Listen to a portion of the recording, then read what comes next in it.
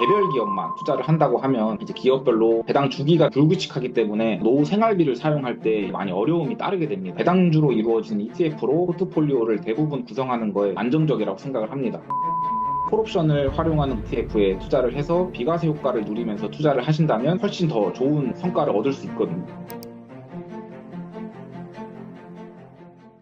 국민연금만으로 부족하다는 분들이 많습니다. 배당 포트폴리오가 노후 생활비를 보태는 역할을 할 수 있을까요? 조금 이제 과장해서 말씀을 드리면 배당 투자를 통해서 이제 노후 생활비를 보태는 수준이 아니라 사실 국민연금이 없어도 배당 포트폴리오만으로도 노후 생활비를 마련할 수 있다고 생각을 합니다. 물론 뭐 국민연금도 받고 뭐 연금저축펀드나 IRP 등을 통해서 개인연금도 받고 또 직장 생활을 오래 하셔서 뭐 퇴직연금도 있으면 이제 3층 연금이라고 불러서 이렇게 탄탄하게 쌓아놓으신 분들이라면 더할 나위 없이 좋겠지만 만약 연금만으로도 생활비가 부족하다면 배당 투자를 통해서 충분히 충당을 할 수 있다고 봅니다. 그래서 과거에는 배당 ETF들도 1년에 한 번 배당금을 지급하거나 1년에 4번 지급하는 분기 배당을 지급을 했었는데 이제 2020년대에 들어와 이제 매달 배당금을 지급해주는 월배당 ETF가 좀 상당히 많이 출시되었고 제가 지금 관리하는 자료로만 봐도 월배당 ETF들이 총 176개가 있거든요. 그리고 이제 월말 배당만 하는 게 아니라 월중 배당을 하는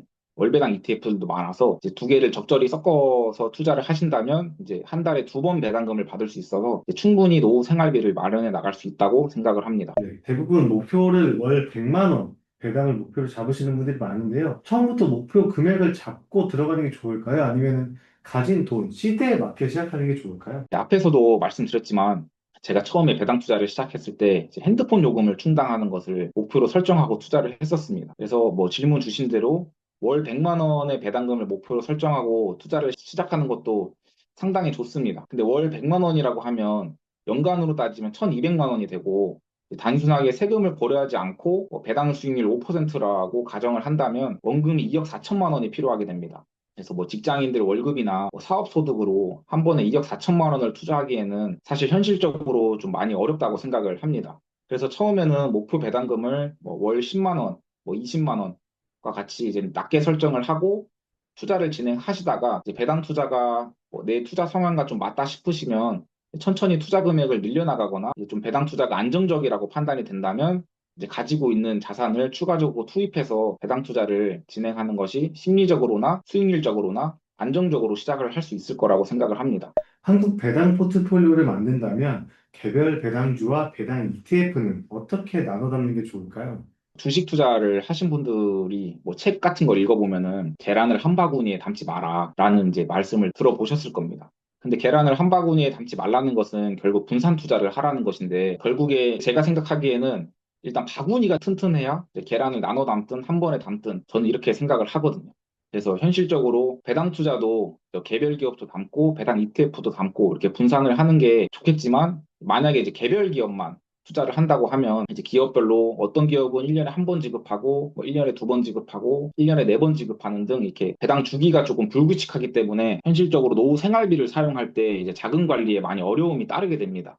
그리고 개별 기업에 투자를 하면 뭐 업황이 둔화된다거나 단기적으로 실적이 감소하는 경우에도 이제 배당금이 변동될 수 있기 때문에 좀 안정적인 배당 투자를 진행을 하겠다 싶으시면 배당주로 이루어진 ETF로 포트폴리오를 대부분 구성하는 거에 저는 안정적이라고 생각을 합니다. 근데 이제 뭐 투자를 오래 하셔서 개별 기업만으로 분산 투자가 가능하시다면 이제 문제가 없을 수도 있지만 현실적으로 개인 투자자들이 분산 투자를 진행하기에는 어려움이 있다고 생각을 하고 그래서 뭐 대표적으로 예시를 들어보면 이제 플러스 고배당주는 이제 현대차나 기아와 같이 이제 기술주도 포함을 하고 있고 보험주, 뭐 통신주, 뭐 증권주 이런 거를 좀 골고루 담고 있습니다. 근데 상대적으로 좀 금융주가 좀 부족하다고 볼 수가 있는데 이런 부분을 타이거 은행 고배당 플러스 탑10이나 코덱스 금융 고배당 탑10 뭐 이런 거 같이 이제 금융주로 구성되어 있는 ETF도 같이 가신다면 이제 두세 가지 배당 ETF로 쉽게 분산 투자 효과를 누리면서 배당금을 수령할 수 있다고 생각을 합니다. 그리고 이제 제가 이번에 출간한 책이 있는데 이 책에도 배당 섹터들을 좀 분석을 해놓은 게 있거든요. 은행, 뭐 통신, 보험, 증권, 교육, 리츠 이렇게 이제 섹터별로 특징을 정리를 해놓았고 책 내용을 통해서 이제 섹터별 특징을 파악하신 다음에 분산 투자를 하신다면 당장의 배당 수익률이 높은 기업에 투자를 하는 것보다는 이제 속도가 느릴 수는 있으나 이제 방향은 정확하게 나아갈 수 있으니 좀 제 책도 참고를 해주시고 배당 ETF를 위주로 가져가신다면 장기적으로 좋은 성과를 얻을 수 있을 거라고 생각을 합니다. 배당금이 커지면 세금 걱정 안 할 수가 없는데요. 건강보험료까지 신경 쓰인다는 분들 계십니다. 배당 투자는 종목도 종목이지만 계좌도 같이 봐야 될 것 같은데 어떻게 생각하시나요? 사실 배당 투자를 할 때 세금보다 가장 무서운 게 건강보험료입니다. 세금은 금융소득 종합과세자 해가지고 2천만 원을 넘기면 연말정산이나 사업자들 같은 경우에 종소세에 포함이 되는데 건강보험료 같은 경우에는 지역가입자의 경우에는 1천만 원만 넘겨도 이제 건강보험료가 추가 부과되고 직장인들 경우에도 2천만 원이 넘기면 건강보험료가 이제 부과되게 됩니다. 그래서 종목을 먼저 봐야 되냐, 계좌를 먼저 봐야 되냐라고 물으시면 사실 두 가지를 모두 고려를 해야 되지만 건강보험료나 세금적인 측면을 피하기 위해서 저는 개인적으로 계좌를 먼저 봐야 된다고 생각을 합니다. 그래서 대표적으로 배당 투자에 사용될 수 있는 계좌가 IS의 계좌나 뭐 리츠 분리과세 제도 아니면 맥커리 인프라나 뭐 KB 바레 인프라 같이 그렇게 과거에는 이제 맥커리 인프라 전용 계좌라고 불리는 이제 투용자 전용 계좌 뭐 연금저축펀드, 뭐 IRP 계좌 이런 게 있는데 이제 방금 이제 말씀드린 계좌나 이제 제도들은 연간 납입 한도 금액이 정해져 있거나 총 금액이 정해져 있는 계좌들이라서 우선 이런 계좌를 활용하여 최대한 세금이나 건보료를 납부하지 않으면서 배당 투자를 하는 게 저는 첫 시작이라고 생각을 합니다.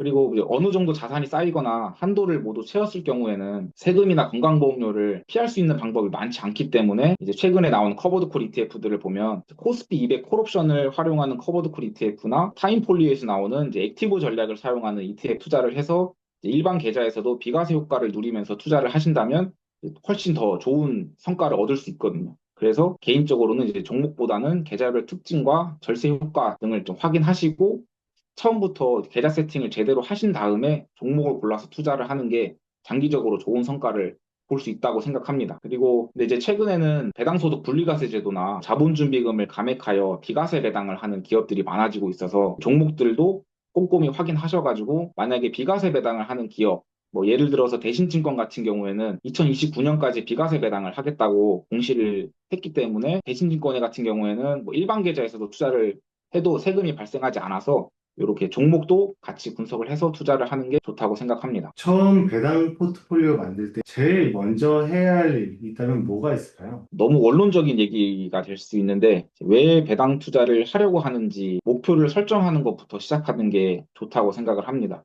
뭐 만약에 이제 배당 투자를 실제로 하겠다고 마음을 먹고 이제 계좌별 특징도 확실히 공부를 했고 뭐 배당 섹터에 대한 공부도 이제 완벽히 해서 시작을 하겠다고 마음을 먹었는데 사실 목표 없이 배당 투자를 진행한다면 이제 결과를 보지도 못하고 중간에 포기하거나 흐지부지 되는 경우를 제가 많이 봤습니다. 뭐 배당 투자뿐만 아니라 뭐 어떤 투자건 간에 오랜 시간이 필요하기 때문에 투자를 진행하는 와중에도 뭐 정책적으로 변화가 나타날 수도 있고 뭐 지금 투자하고 있는 주식이나 ETF에 비해서 더 좋은 상품이 나타나거나 더 좋은 기업이 나타날 수도 있습니다. 근데 이제 목표가 흔들리지 않는다면 뭐 중간에 힘들어서 잠깐 쉬거나 뭐 다른 길로 빠지는 뭐 이런 시행착오가 생길 수도 있지만 목표가 흔들리지 않는다면 결과적으로는 끝까지 목표를 이루실 수 있고 중간에 스스로 포기하지만 않으신다면 목표를 달성할 수 있기 때문에 제일 처음 이제 배당 투자를 시작한다면 목표를 설정하는 것이 저는 중요하다고 생각을 합니다. 과거에는 배당 투자가 인기가 없었고 정책적으로도 별로 배당 투자에 대해 우호적인 시장이 아니었습니다.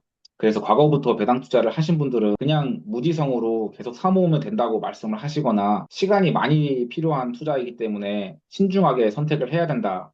라고 말씀을 하시는 경우가 많았습니다. 그래서 배당 투자를 하신다면 받은 배당금을 재투자하여 계속 사모으는 것도 중요하고 처음부터 큰 금액을 투입하기 어렵기 때문에 시간이 좀 많이 필요한 투자인 것은 맞습니다.